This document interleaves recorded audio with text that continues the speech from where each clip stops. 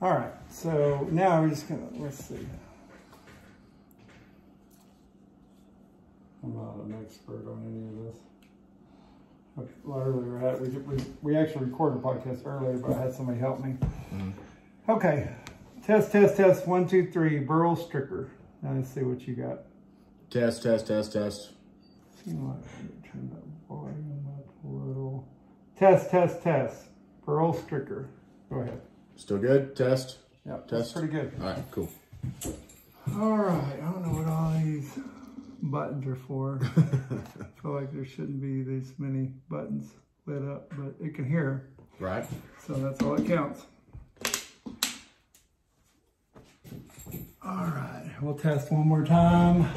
Burl Stricker, testing. Testing. All right, now we're just gonna kind of be silent for a few seconds.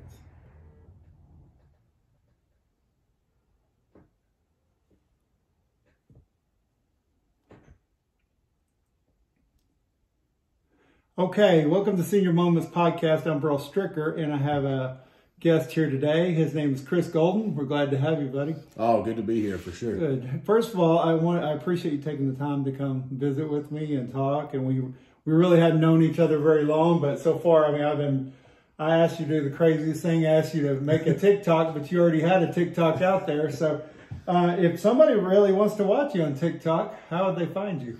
You can definitely check out the Golden Racing 19 on TikTok is our tag on there. And that's also the same tag on Instagram. Right. But our biggest medium that we usually use is Facebook. I have a Chris Golden Racing Facebook page. So if they can just search Chris Golden Racing, it'll pop up there. And then, of course, we have GOL4380 on Twitter.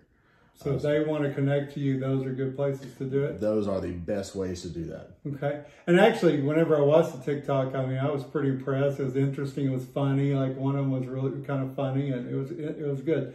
You know, what made you decide that? Because you'd already had that TikTok made before I even asked you to do it. So tell me what made you decide to do a TikTok in the first place? Well, just like most people, because everybody says old people don't really have a place on TikTok. I'm kind of one of those where I look at it as, I actually downloaded it just to watch funny videos. And I was like, you know what? I'm a pretty funny guy. And once in a while, the mood strikes right, and I get one that does pretty well. The video that you're actually speaking of, I had actually posted the day before you asked for it. And I checked it, and that's been about 1 to 2 weeks now, I think. Yeah. And I just checked it yesterday, and it's closing in on 25,000 views. Wow. And I posted another, I believe yesterday or the day before, that's closing in on 5,000 views now. Well, you know, you think about it, that's why I like TikTok, and I'm a big fan of it, because you can take something silly or something simple. I mean, it's only 15-second, 30-second videos, and you can put music to it or not, but you have the opportunity to reach out to 25,000 people. And then the goal is to, I mean, I would think to point them in other directions where they can maybe see your Instagram, or they can see the, do you use certain search hashtags, or do you have any kind of system to that? The hashtags that I use that have actually been really effective in getting more views, because that's kind of my goal, is getting lots of views on those TikToks to kind of promote myself and my other pages. The hashtags that I've used are hashtag FYP for the For You page, hashtag For You page, hashtag Oklahoma check, because it seems like everyone in Oklahoma is like taking over TikTok right now. I'm not sure if it's a regional. That is strange. I've noticed that too. I thought maybe if you lived in Texas or something, you'd have Texas check, which I'm sure you do, but it just seems pretty prevalent in with TikTok. And the biggest one I use, being a race car driver, is actually, since I have my personal dirt track car at home, is I have the dirt track racing check. And what I've noticed that the more hashtags I use, the more of those types of videos actually pop up when I'm scrolling through the For You page. So basically, it's kind of a principle that I live by. Whatever you focus on, you get more of, and that's it's embodied there. So do you think that it's, how many followers do you think that you have right now? Because, I mean, likes are different from follows. Sure. Followers, I'm closing in on 2,000 as of right now. I just created my TikTok in October. Now, do you have a YouTube channel at all? I do, but it's still in the works right now. We posted a couple little videos that were not really edited, just kind of see what we would do with it. But we have a GoPro set up in the race car that goes through and basically films the entire race, and then we cut out the cautions and the gaps to where you're basically watching the race from what my view would be for the race. Right. And we're working on now getting an intro put together. We actually have a lot of content from last year that we haven't even posted yet. And of course, the season's starting soon. So I'm actually considering starting fresh on it. But the YouTube channel is called Let Her Eat. It's a little bit of a dirt track term. Any racing fans that you have will understand. Basically what that means is hold it to the floor and go. You have run the bottom of the track or run the top of the track. In the dirt track world, if you're running the top of the track, obviously you're taking a long way around. So you're holding it to the floor and letting her eat. So I think you're right. There probably is some race car fans, and then there's people that have no clue about it. And honestly, I'll be the first to tell you, I don't have that much clue about it. So explain, I guess, you said something automatically that kind of struck a chord with me. It's like, I think people dream of being a race car driver. They actually never do drive a race car or, any of that. So how in the world did you get to do that? That is one of the biggest questions I get usually. And a guy that I've met a couple times, I won't call him a friend because we're not on speaking. It's not negative, but I've only met him a few times. Kenny Wallace, the ex-NASCAR driver. The biggest question he gets all the time is, how do I get my kid into NASCAR? How do I get my kid to do this? How do I get my kid to do this? That's not your job. For me personally, from the time I was 8 years old, I was actually raised by my grandparents from the time I was in diapers. So I was adopted by them, raised by them. And me and my grandpa, every Saturday or Sunday, we would sit and watch NASCAR. Right. And from the time I was like 8 to 10 years old, anytime we were anywhere, I had an uncle that was a NASCAR fan. He could ask me, he would say like a number. And I would tell him who the driver was, what team he raced for, who his sponsor was, and what make his car was. For everyone in NASCAR. That was how big of a fan that I was. I was really able to at a young age, we didn't have the money to race, being on fixed income, but I did have the ability to learn and study racing. A lot like football players do, is studying the game, understanding the rules, understanding what goes into it.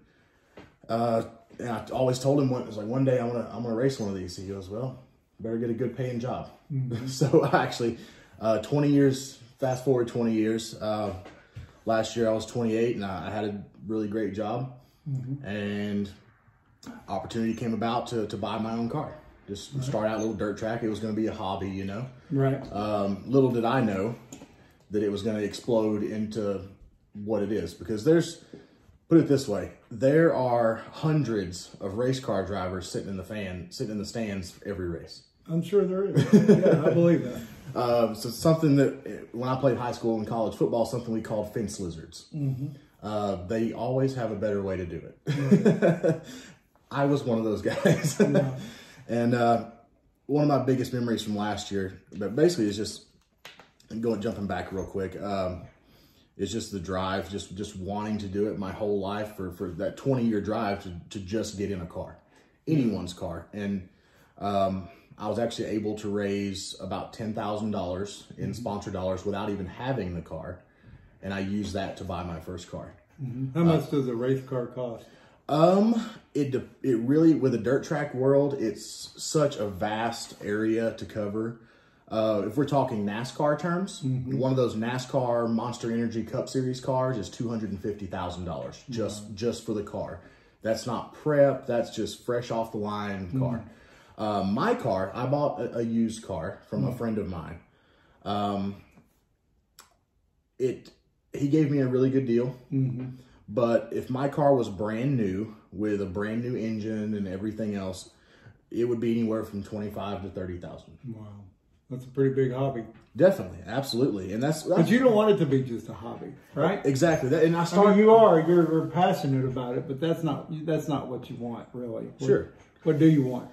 Well, starting out, it was just going to be a hobby, because I had a day job, and I was like, I go to work and I'll go race on Saturdays.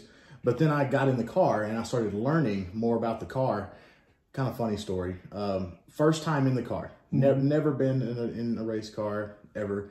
I go out on the track for the first day of practice, and I don't know how to get it out of first gear. Oh gosh. So there are these $40,000 and $50,000 modifieds, which if any race fans, they are one of the premier dirt track cars. They are one of the fastest cars. Whizzing by me on the outside, it felt like the Talladega Nights scene. It was like, were those the other cars? Yeah. And I couldn't get it out of first gear. So I pull off the track and my crew's laughing and they're having a blast with it. And then finally the guy that I bought the car from leans in and he goes, it's the other shifter. So I was basically trying to put it in gear without taking it out of gear first. Oh, but it was... But you learned a lesson from that. Was that really your first race car to drive? That was my first time. So that, I mean, you bought this thing, but I mean, it's an investment. And that's your first one to drive. Well, first dirt track car, I did do some test sessions back in 2014, I think, for Team Wilson Driver Development for the ARCA Truck Series back in West Virginia. I'm really glad I ended up not getting into that because I was nowhere near ready. After I jumped in this dirt track car, I knew that I'm really glad I didn't do that then. Yeah, just wasn't ready for that. Definitely. And then we ran, they had a rookie type class at Longdale Speedway this year called the Intermediate Sport Mod class. And I ran that class and I ended up finishing third in points. As a rookie, I was only 9 points out of first place. And with dirt tracks, it's a little different point system. You actually get an extra point every time you pass a car. Okay. So for the first place guy passed 9 more cars than I did. The second place girl was only 2 points ahead of me. And that's because she actually won the first race because I had no clue what I was doing. And the other 2 guys got disqualified. She's actually, she comes from a racing family. The guy who won, his name is Leon Ramirez. He actually owns Ramirez Race Cars. They build late models and modifieds and run the National Touring Dirt Track Series. So he also owns Boom Test Weld Testing. Okay. But he's a pretty wealthy guy. He knows his way around a race car. And to me, he was the one I was chasing all year. And I told him this in the pits before. I was like, man, you're the guy I want to beat more than anybody else. And it was like, not because I don't like you, but because I do like you. Yeah. And I want to be you. This that you've built for your family is what I want to build. And it was kind of an emotional deal. I won't get into the details with Leon, but it was a good emotional deal for him to win that championship and me finish third because I was that close to beating the guy that these 2 people that grew up in this sport that have built everything they've built and have their multiple crews. And I have me and my wife and my 5-year-old son. They have brand new 2018 or 2019 last year cars. And I'm driving an old 2010 beater. And I was able to do that in my first full year in a race car. So that's what kind of dawned on me. I was like, I might be able to do something with this if I can not tear stuff up, which is typical rookie thing. So what we're building towards right now is actually, I have a gentleman in Houston that's working with me. We're actually in the process of working up a contract with 2 teams that race the K&N series and the ARCA Menard series. This is an asphalt series. The ARCA Menard series is a national touring series that races multiple NASCAR tracks, including the biggest one, Daytona, Talladega, Bristol, a lot of the smaller tracks. But to do that, we have to get tons of sponsor dollars. That's what it takes. And my job is to basically make it worth it for those guys that shell out that money. I can't stand somebody paying for nothing. Right. That's why I have so many social media platforms and I do so many social appearances, just like this podcast. Any chance I get to go out and talk about who's partnering with me this year, I love to do that. Just for example, just a few that helped me just this year. Sandy Santas Inc. Here in Elk City that provides quite a few charitable donations to children around Christmas, and they buy them school supplies, things like that. The Herschel Golden Band is actually my cousin. Oh, wow. Cool story. He released a song last week about it's been 10 days now. And after it was 48 hours after the release. It was already number 102 on the Texas country music chart. Wow. Does he live in Texas? He does. He lives right around Houston. And after 9 days after the release, it actually passed Whiskey Myers in the Texas country music chart. They're number 96 or 97, I believe, and his song has made it to number 86 in 9 days on the Texas country music chart. Well, you think it was just the fact that it was just a great song, or what made that happen? It's actually only his third that I know of, his third song that he's actually released. And it's all over the streaming sites, Spotify, Amazon Music, everything. All those songs. It's called "Nothing Good About Goodbyes." It's an amazing country song. It's got it's something that country's been missing the last few years. It's got that really good 90s country feel that I grew up with. It's funny. I've been listening to a lot of 90s country lately. You know, and I grew up in that. So, but it is different than our modern day country. Exactly. And it's almost hard to explain, but it's going back to like George Strait and a lot of the greats. But yeah, you're right. And he has a real, to me personally, he has a George Strait type of voice. It's really smooth, and that's something you don't really see with country music stars these days. Right. It's different. It is. They say it's like pop nowadays. Yeah. And I guess that's it, maybe pop. Yeah, it's pop country, I guess. New country. But a couple others this year is V's Smokehouse. As you can tell, I'm a big guy. Right. I'm about 6 foot 320. They say I carry it well. I say I look like 280. But right. You're a good looking guy, man. You're good. But it's amazing barbecue place. Where's it located? Cordell, Oklahoma. Okay. It's actually kind of a branch off. Is that on the main street? It is. Shorty Bowman's. Okay. The little restaurant there, Shorty Bowman's.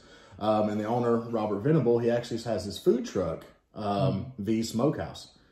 Best brisket I've ever had since I came to Oklahoma. I mean, I'm originally from Texas, down in deep East Texas, but it is the best barbecue I've had since I've been in Oklahoma. Well, you know, not to interrupt kind of where you're going, but there's two things that I want your help with on this. The first, we're going to have a concert out here in June, and we're going to try to do some mud bogging and different things out here. So, one, I would definitely love you to be involved in some of that. I know it's different from what you're used to, but I think we can get the barbecue, the guys out here basically catering some of the barbecue. I think as a vendor, that'd be great. And then if we can get your cousin.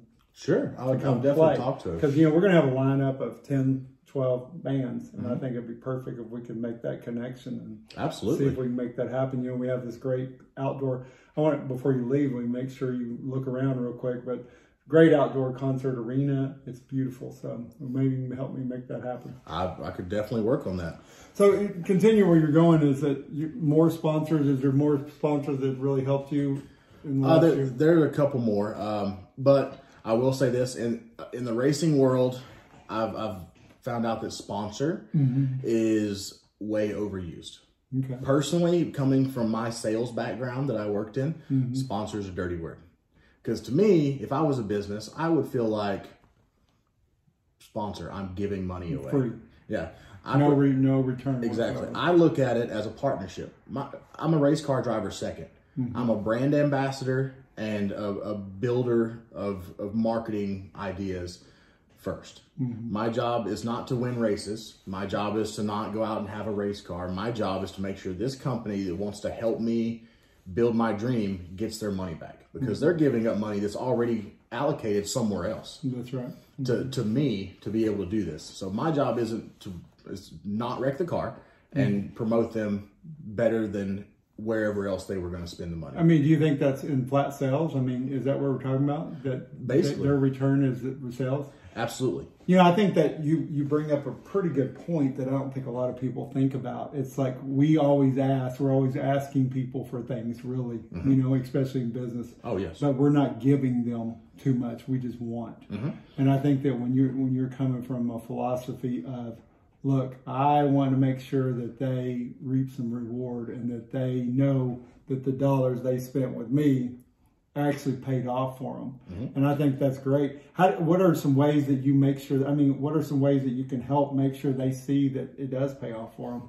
Gotcha. Obviously, the one thing that we do, I personally, I prefer having an open trailer. A lot of these race car guys will have the big boxy enclosed trailers. Right. I don't like that because I'm not going to spend the money to wrap the trailer every year.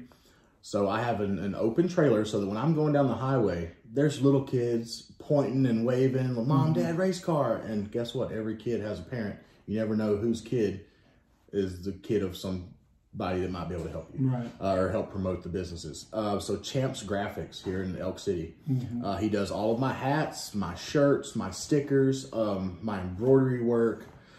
He wraps the race car. He's as long as I'm racing dirt track, he will be my primary partner on the car. He gets his choice where he wants to be, no matter what. Right. Because he has helped me so much with everything he does, and creating a car that looks nice, because that's a huge part of it, is the design. And I mean, you are starting from a little bit of disadvantage. Again, you don't have a 2019, 2020 vehicle, so you're kind of starting from a disadvantage. And then so everything they do to help that, you know, by making the car have, you know, visually look good. Definitely. And that makes a difference. A big thing that a lot of guys that I race with even don't understand, there aren't guys, there's no companies, even locals, that are going to pay $500 for a sticker on a race car. That doesn't make any sense. I mean, they could get on the radio and people could hear their voice for the same price. Right. They could get in the newspaper that people read, the Penny News here in Elk City, locally, for that price. Why would they want to give me money to travel everywhere? I mean, one, I cover more area. Right. I'm about the same price as a billboard, and I move from city to city, and I can vouch for them. Right. But not only that, with the social media attention I get, I have almost 1,000 followers on Facebook that I just started not long ago. TikTok, Instagram, all these different platforms that we can use. Plus, slap their sticker on the trailer, put something on the car for them. Our primary partners, I have Team Polos that I have Golden Racing on this side, and then I'll put them on the sleeve here. We do multiple personal appearances. We bring out the car, like downtown in Elk City. They have the block parties every year. We'll bring the car out, and I'll have a table set up with a little banner there, and all the partners are listed on the banner. They're on the backs of our T-shirts. We have so many different avenues that we cover. We have little hero cards that we get made. I call them hero cards, the Southern thing. With the picture of the car, you flip it over on the back. All of our partners have their logos all over the back. And that brings to mind also, you know, we go back to this concert. It's like, I think you got to bring that, if you're able to, bring that car out here and do the exact same thing. Sure, I'd love to. That way people are going by and you're talking to them.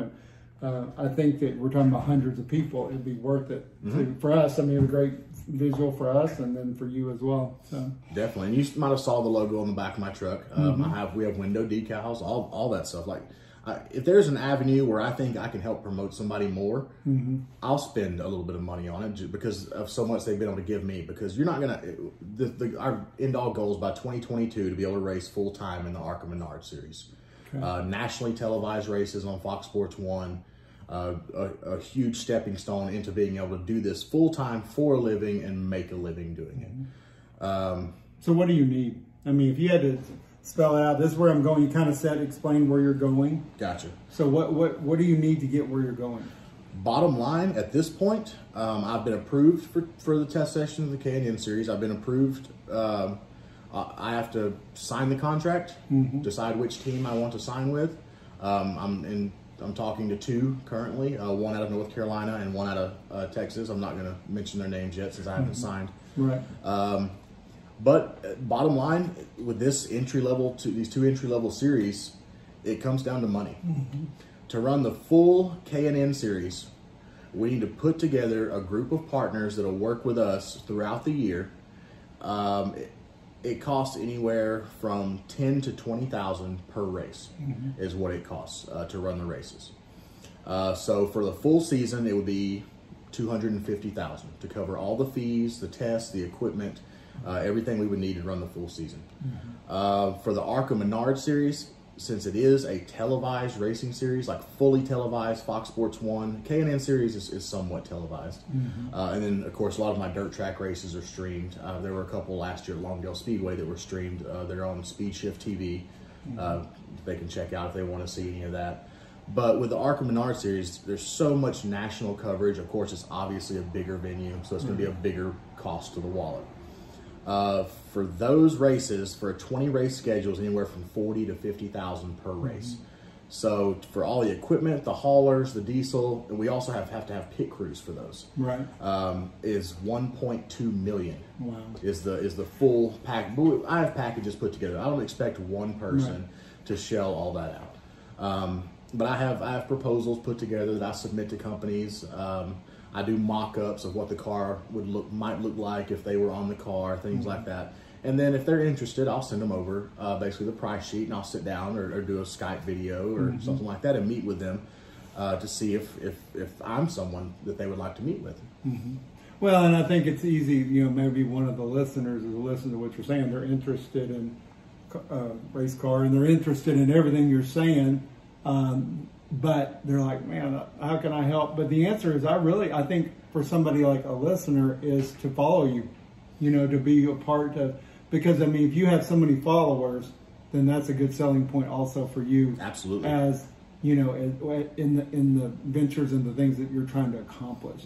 You know, if you're a guy that nobody even pays attention to, then that's a lot tougher road. But when you actually have people that are interested in what you're doing, what you're going on with you, and I think that's where a lot of the listeners and people that want to connect with you, they can follow this guy, follow, you know, Chris, and that way, you know, that helps to build that reputation also that you do have influence out there. And, you know, the reason I bring those things up, and I want to hear from you on what, you know, is important, is because, man, I think we do have to support each other in what we're doing. Too many times, like, it's easy for me to look at, hey, Chris, give me a hat, give me stuff. And Right.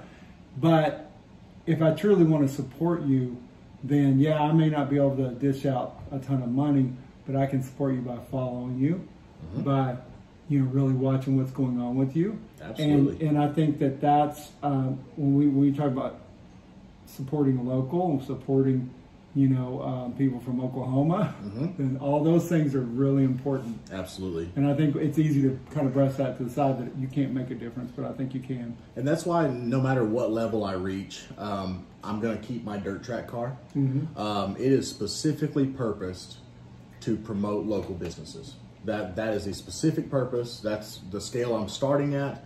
And no matter how big it goes, I'm going to keep that car. If I'm not driving it, someone will be. Right. Because the specific purpose of that car is to be able to promote local businesses with something that won't break their wallet. Right. It's a lot less than those bigger series. It costs me personally $10,000 to $15,000 per year to run that car. Yeah. That is it. And we break that down into 5-6 different sections. And there's all types of packages they could help out with. But the biggest thing, is just getting the word out. Because if the more people they see, the more people's gonna be like, okay, cool, I'm not just paying for TV time. I'm not just paying for streaming time or a sticker on a car. There's people who know this guy. Right. And racing is crazy because racing is the only sport that is such a brand loyal sport. As a kid, I was a Bobby Labonte fan because he was from Texas. I was from Texas. His older brother, Terry, was a champion. But I was a Bobby Labonte fan. To this day, I will still only buy Interstate batteries because they were his partner back in the late 90s. Right. And I recognize the brand loyalty for sure. Exactly. I recognize that brand as a kid, Interstate batteries. To this day, I still will only buy Interstate batteries for my truck or my car. Unless, of course, the race car, that's a different story because we have specific things we have to run. But if I could, I would definitely put Interstate batteries in there. Well, good, man. I sure appreciate you taking the time out, and you drove a long ways to come out here and to the ranch, and I appreciate that. Anything else you want to say or anything else you want to talk about? Is there anything that we've missed? Not that I can think of. I mean, this was a pleasure. I mean, honestly, it really was. This is my first actual podcast I've ever done. But it has been a huge honor getting to sit here and talk to you and talk to your fans. Well, I appreciate it. So tell me, I know you said at the beginning of the podcast, if you don't mind, say it again, how they can reach out to you and the best ways to connect with you. Definitely. It's Chris Golden Racing on Facebook. We also have Golden Racing 19 on Instagram and on Twitter. GOL4380 on TikTok. It was kind of a weird one. Or I'm sorry, on Twitter. GOL4380 on Twitter. And then also I have a website. If they did want to go in and purchase merchandise, everything's made to order. It's goldenracing.weebly.com. It's WEEBLY.com. So goldenracing.weebly.com. Okay. And that has my career stats on there. It has a little bit of bio about me. Talks about what our goals are, and it also has our 2020 schedule on there and everything else they would like to find. Well, you know, these podcasts are pre-recorded, and so this one will probably go out in the next couple of weeks, and we'll try to make sure we put those links with the podcast, so then that way it's easy for people to see. And again, I appreciate it. Thank you so much. If there's something we can do, I do think you consider the things we're talking about. Maybe we can partner with this concert, and there might be some opportunity there. Anything else that I can do to help you, I would sure love to do that. And thank you guys for listening, and tune in next time. Have a great day. All right, man, good job. That was awesome. Yeah. I try to hit it. I mean, it doesn't have to be specific.